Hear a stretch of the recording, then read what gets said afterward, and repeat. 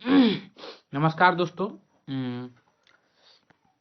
जैसे कि एसएससी का नोटिस आउट हो चुका है और कुछ ही दिनों में एग्जाम, कुछ ही महीनों बाद एग्जाम शुरू होने वाला है। और इसके लिए हम भी एस्पिरेंट है एसएससी का और प्रिपेयरिंग करते हैं और ड्रीम रखते हैं एसएससी में जॉब पाने का। और ऐसे ना जाने कितने साथी है कि ड्रीम रखते हैं एसएससी में जॉब पाने का। तो इसके लिए हम क्यों ना सोचे कि क्यों ना हम तैयारी तो करते हैं, साथ ही अपनी तैयारी को शेयर करें और किस तरह से तैयारी करते हैं, और साथ ही साथ तैयारी बिल्ड भी होगा और दोस्तों को एक मैसेज भी पहुंचेगा और मेरा भी तैयारी से क्या होगा और सुधरेगा। तो इसीलिए हमने क्या क्या टॉपिक वाइज जितने भी, जैसे पेन ही नहीं काम कर रहा है, 1 मिनट।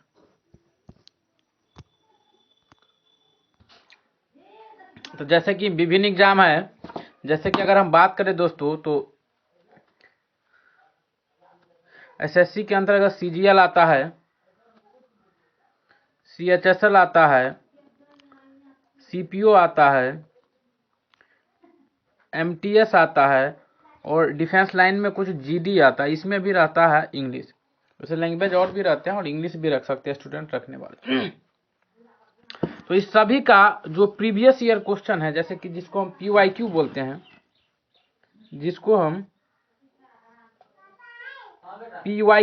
यानी कि प्रीवियस ईयर क्वेश्चन। तो किसी भी एग्जाम में ज्यादा से ज्यादा अगर क्वेश्चन देखने को मिलता है तो सिर्फ और सिर्फ पीवाईक्यू से क्वेश्चन देखने को मिलता है। तो ज्यादा हम पीवाईक्यू पर मेहनत करेंगे और पीवाईक्यू को डील करेंगे। और देखिए, हम भी कोई सिलेक्टेड बंदा है नहीं, हम पहले बोल देते हैं, हम भी एक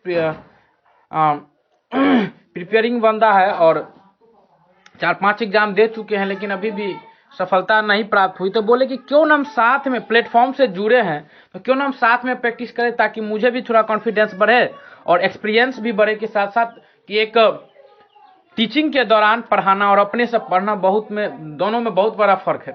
कि अगर एक हम सोशल साइट पे पढ़ा रहे हैं और खुद पढ़ रहे हैं, देन आपको एक जो कॉन्सेप्ट आता है उसमें भी एक बिल्ड होना पड़ता है।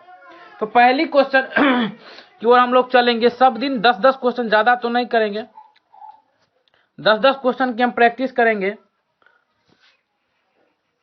तो पहले इस पर देख लीजिए क्या क्या के लिए मेरा चैनल है। तो सबसे पहले देख लिए 11th 12th SSC, MTS, CHSL या जीडी और भी कई डिफेंस एग्जाम है तो उसके लिए। और पहली बात,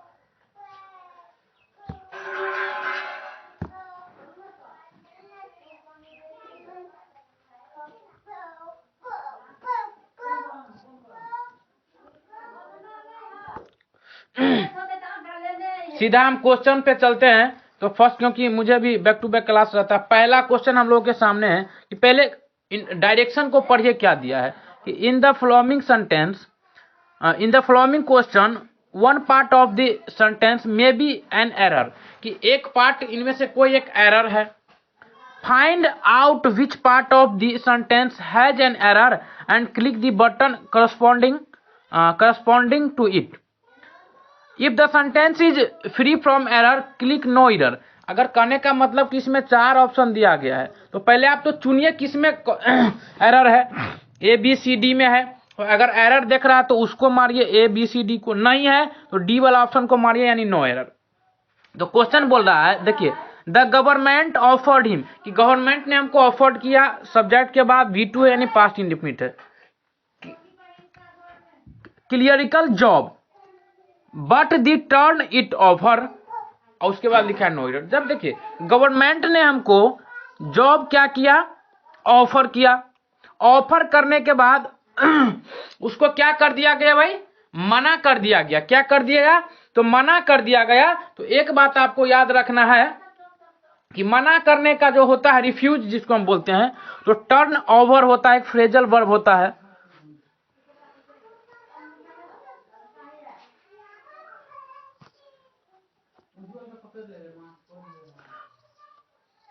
टर्न ओवर, यानी इसका मतलब होता है मना करना या टू रिफ्यूज, मना करना।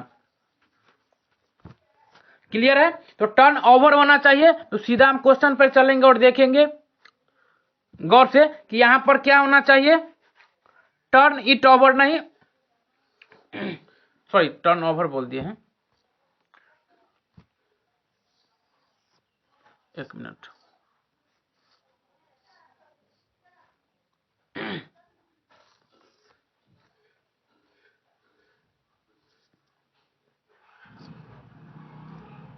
यहां पर जो होना है क्वेश्चन हमारा कि टर्न के बाद डाउन होना चाहिए। क्या होना चाहिए? टर्न के बाद अगर डाउन आता है दोस्त, तो टर्न डाउन का मतलब होता है टू रिफ्यूज। टर्न डाउन का मतलब क्या होता है? To refuse. तो चलिए हम क्वेश्चन पे डायरेक्ट चलते हैं। तो ऑप्शन नंबर मेरा क्या हो जाएगा? बी में एरर है। किसमें है? बी में एरर। तो यहां पर टर्न इट ओवर नहीं, टर्न डाउन होना चाहिए। क्या होना चाहिए भाई? टर्न डाउन होना चाहिए। नेक्स्ट क्वेश्चन पे हम चलेंगे, क्वेश्चन नंबर 2 पे। क्वेश्चन नंबर 2 है इस तरह कि आपको देखेंगे कि I enjoyed during my tenure at Shimla. I enjoyed, मैंने इंजॉय किया टेंस्यूर के दौरान, कहां पर? शिमला में, और नो एरर लिखा है। तो इसमें आपको बात को समझना है कि एक रिफ्लेक्सिव प्रोनाउन होता है।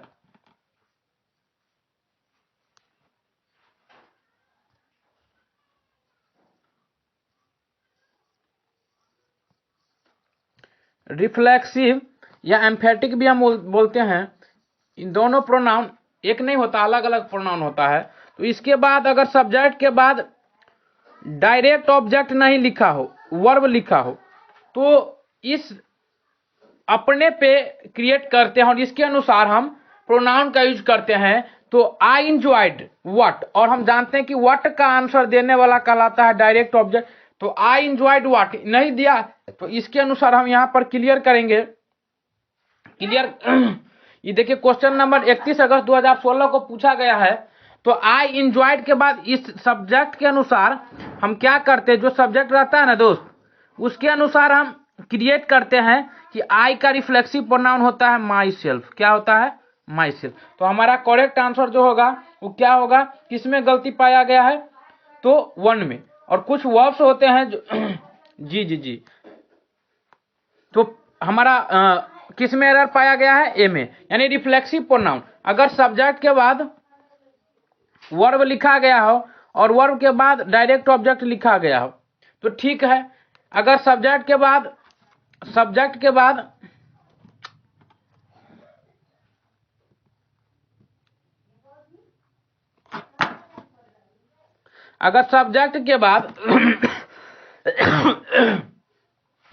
सिर्फ वर्ब लिखा हो, डायरेक्ट ऑब्जेक्ट नहीं हो, तो इसके अकॉर्डिंग हम प्रोनाउन का यूज करेंगे। आई रहेगा तो माई सेल्फ, भी रहेगा तो आवर सेल्फ, इस तरीके से।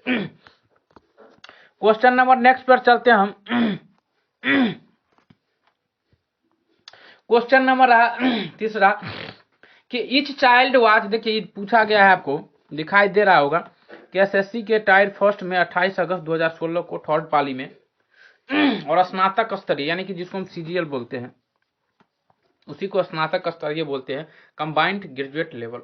पहले लिखा है ईच चाइल्ड, पिक्चर ज्यादा था इसलिए हम साइड से क्वेश्चन हटा दिए है फोटो अपना।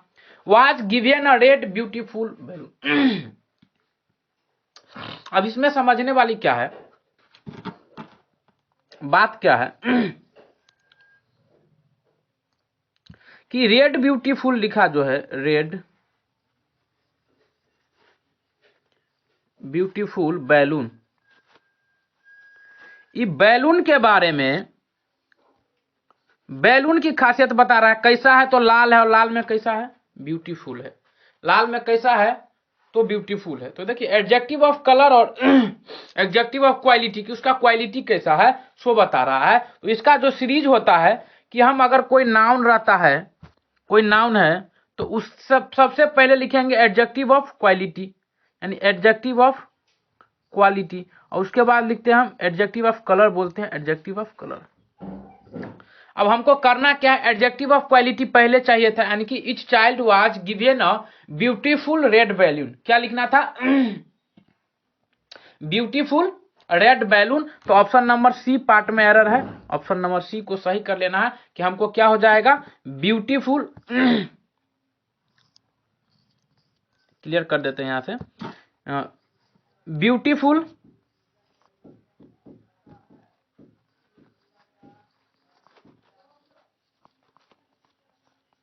रेड बैलून, यानी ऑप्शन नंबर सी में एरर है। क्वेश्चन नंबर सीधा अटैक मारेंगे हम चौथा पे।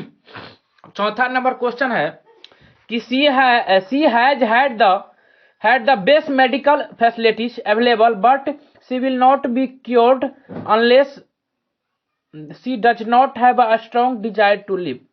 क्या था कि उसके पास एक बेस्ट मेडिकल फैसिलिटी, यानी इलाज की बहुत अच्छे फैसिलिटी होने के बाद भी वह क्या बोलते हैं उसका रिकवर नहीं हो पाया, अनलेस, क्योंकि she does not have a strong desire to live, क्योंकि उसका जो स्टेमिना था ना, जिसको हम लोग बोलते हैं एंटीबॉडी, उस अंदर से एक चाह होता है जीने की, तब वो डिजीज से फाइट करता है। व्यक्ति डिजीज से क्या करता है, फाइट करता है, अगर अंदर से अगर उसका स्टेमिना स्ट्रांग हो तो। लेकिन अगर जीने की चाह नहीं हो, इसी को हम बोलते हैं जैसे मानसिक प्रॉब्लम कहने का मतलब मेंटली प्रॉब्लम जिसको बोलते हैं, डैमेज रहता तो नहीं कर पाता। तो एक बात देखना है हमको कि लिखा है सब्जेक्ट, यहां तक ठीक है। हैज के बाद ये नहीं घबराना है कि हैज के बाद हैड कैसे आ गया, कि इसी में जो है सो एरर है, सो नहीं, हैज के बाद हैड आता है भाई। यहाँ पर हैज जो है हेल्पिंग वर्ब की तरह यूज किया गया, और यहाँ पर ई जो हैड है मेन वर्ब की तरह यूज किया गया, यानी कि वह प्रेजेंट परफेक्ट टेंस है। अब देखो, सबसे पहली बात, पहले लिखा रहेगा आपका सब्जेक्ट। अगर सब्जेक्ट सिंगुलर हो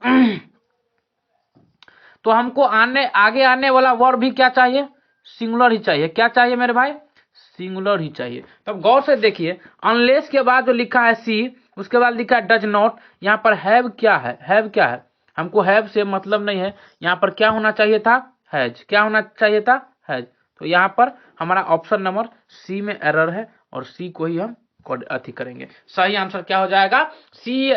सुन लीजिएगा, she has had the best medical facilities available, but she will not be cured unless she does not has a strong desire to live. यानी कि हैव के जगह पर सिर्फ हैज करना है। ऑप्शन नंबर सी मेरा करेक्ट आंसर है। चलिए, सी में एरर है मतलब। चौथा नंबर मतलब 5वां नंबर क्वेश्चन है, as if aware of my condition the infuriated word suddenly doubled back on it course. क्या लिखा है,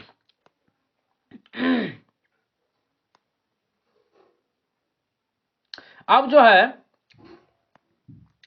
as if aware of my condition, मेरे कंडीशन के जागरूक, मेरा जो अभी कंडीशन, उस कंडीशन के जागरूक होने के बाद कोई आदमी बर्ड, इन्फ्यूरेटेड बर्ड मतलब इन्हीं की चिड़िया समझ लेना, कि कोई मान के चलिए हमारा तबीयत खराब है, ये रहे हम, और एक आदमी है जिसका ए, और इसके जगह पर बी आएगा, तो इसका स्थान लिया बी। तो suddenly double back it course, और हमारा जो कोर्स अचानक क्या हुआ, मेरा स्थान लिया, मेरे जगह पर चार्ज संभाला। नहीं देखते मूवी में बोलते हैं कि अब चार्ज यहाँ का फलाना स्टेशन का चार्ज डीएसपी वर्मा या डीएसपी शर्मा संभालेंगे। तो चार्ज आफ्टर मी नहीं होगा, चार्ज यहाँ पर आफ्टर के जगह पर क्या आएगा, एट। क्या आएगा, एट, यानी कि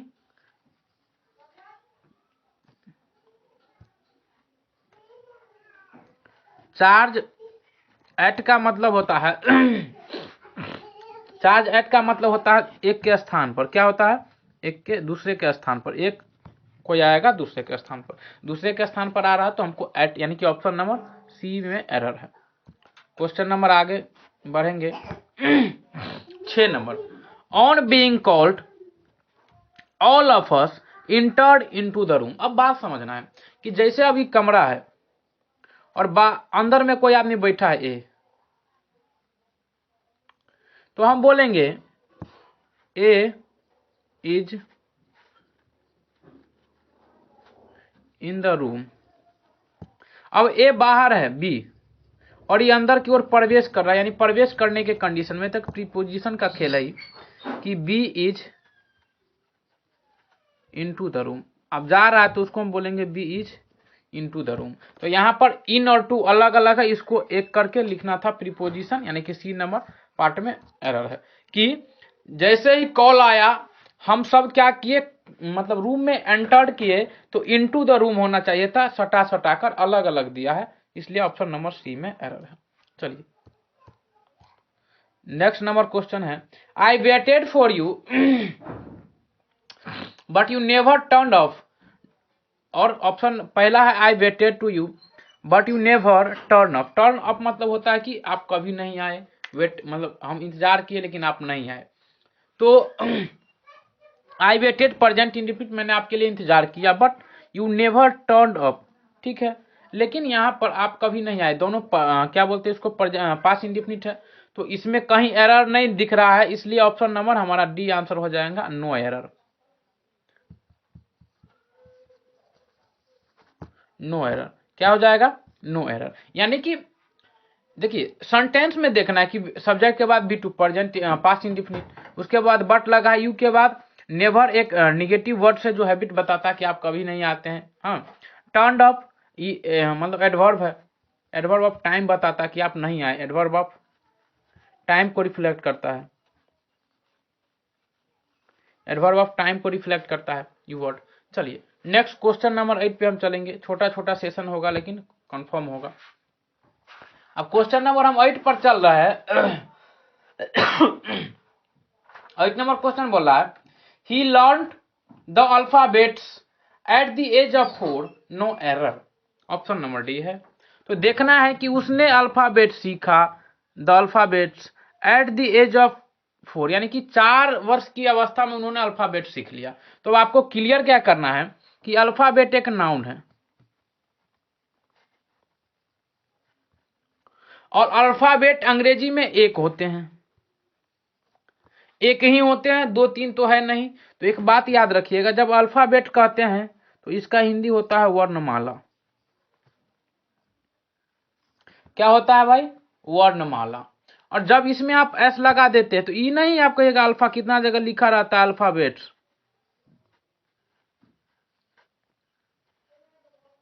अल्फाबेट्स, तो इसका मतलब मेरे दोस्त हो जाता है भाषाएं। देखिए अर्थ बदल गया एस लग जाने से, इन्हें कि अल्फाबेट कितना नहीं बोल देता, अल्फाबेट 26 होते, नहीं 26 उसमें लेटर होते हैं, जबकि अल्फाबेट कितने होते हैं, एक होते। इसमें हम एस लगाकर नहीं लगा सकते क्योंकि उसका मतलब भाषा हो जाता है, और इसका मतलब ऑप्शन नंबर बी में एरर है।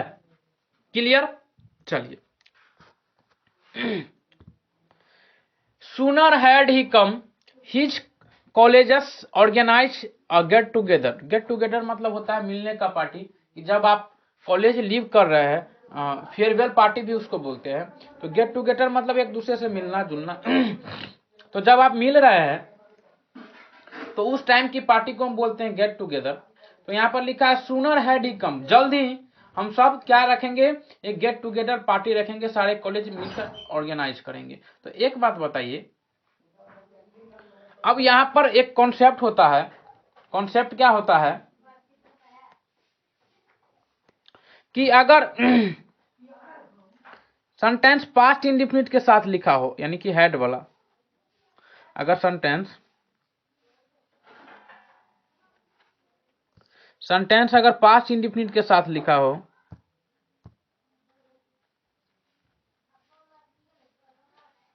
हैड प्लस बी थी, तो इससे पहले हम लगाते हैं नो सूनर। क्या लगाते हैं,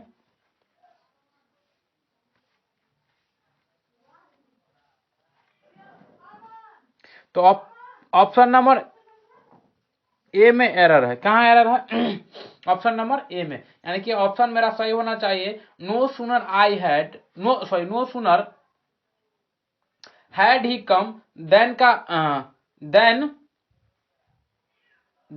his colleges organise the get together, यानी कि यहाँ पर no sooner had he come के बाद हमको, और उसके बाद आगे हम लिखते हैं देन, और उसके बाद लिखते हैं past indefinite.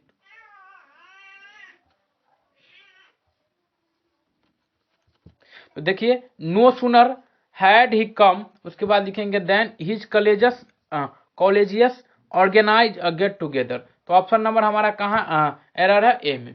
Last number question आज का, और लास्ट नंबर क्वेश्चन है the main purpose of the visit is to develop a college relationship among the two countries. और लास्ट वाला है नॉर्डर। अब मैं इसका मतलब क्या हुआ कि मुख्य कारण क्या है विजिट करने का, is to develop a close relationship, यानी कि रिलेशनशिप जो होता है ना उसको डेवलप करने के लिए हम लोग मिलते हैं, विजिट करते हैं किसी अगल बगल के पड़ोसी देश को, अमॉन्ग टू कंट्रीज। तो अब एक बात आपको समझना है कि अमंग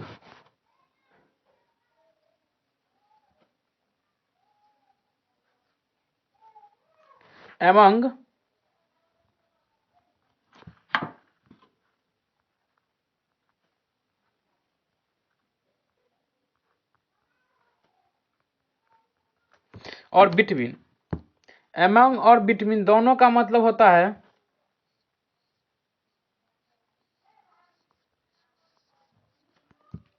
बीच में। तो जब दो से ज्यादा की बात हो, दो से ज्यादा की बात हो तो अमंग लगाएंगे, और जब दो की बात हो तो क्या लगाएंगे, बिटवीन लगाएंगे। तो इस क्वेश्चन में आप देख सकते हैं यहाँ पर टू कंट्रीज कहा गया है, टू कंट्रीज कहा गया है, तो यहाँ पर अमंग नहीं, क्या होना चाहिए था, तो आप सबका आवाज आएगा कि बिटवीन दोस्त, बिटवीन होना चाहिए था। तो इसलिए हमारा ऑप्शन नंबर किस में एरर था, ऑप्शन नंबर सी था, सी में एरर था। तो इसी के साथ आज का 10 का 10 क्वेश्चन हुआ एकदम बेहतरीन तरीके से समाप्ति। तो आप सबसे रिक्वेस्ट है कि कृपया इस सेशन को फैलाइए, और जितने भी हमारे दोस्त साथी एसएससी की तैयारी कर रहे हैं तो साथ मिलकर तैयारी करते हैं। सक्सेस तो सबको नहीं होना है, लेकिन जो भी हो हम लोग साथ मिलकर तैयारी करेंगे। तो ठीक है दोस्त, और आगे इसी तरह से सेशन को प्यार करते रहिए, शेयर करिए जितना ज़्यादा जल्दी से सिलेबस। और थोड़ा हम चैनल का नाम भी आज रीनेम किए हैं, यानी चेंज किए, थोड़ा मैथ्स और इंग्लिश बाय प्रवीण प्रताप था, ज़्यादा लोड नहीं सह सकते इसलिए एक ही सब्जेक्ट का नाम रख दिए हैं, English with Praveen Pratap, English with Praveen Pratap. तो आप लोग ज़्यादा से ज़्यादा शेयर करिए, कम लर्न परफॉर्म, आइए सीखिए और परफॉर्म करिए। Thank you.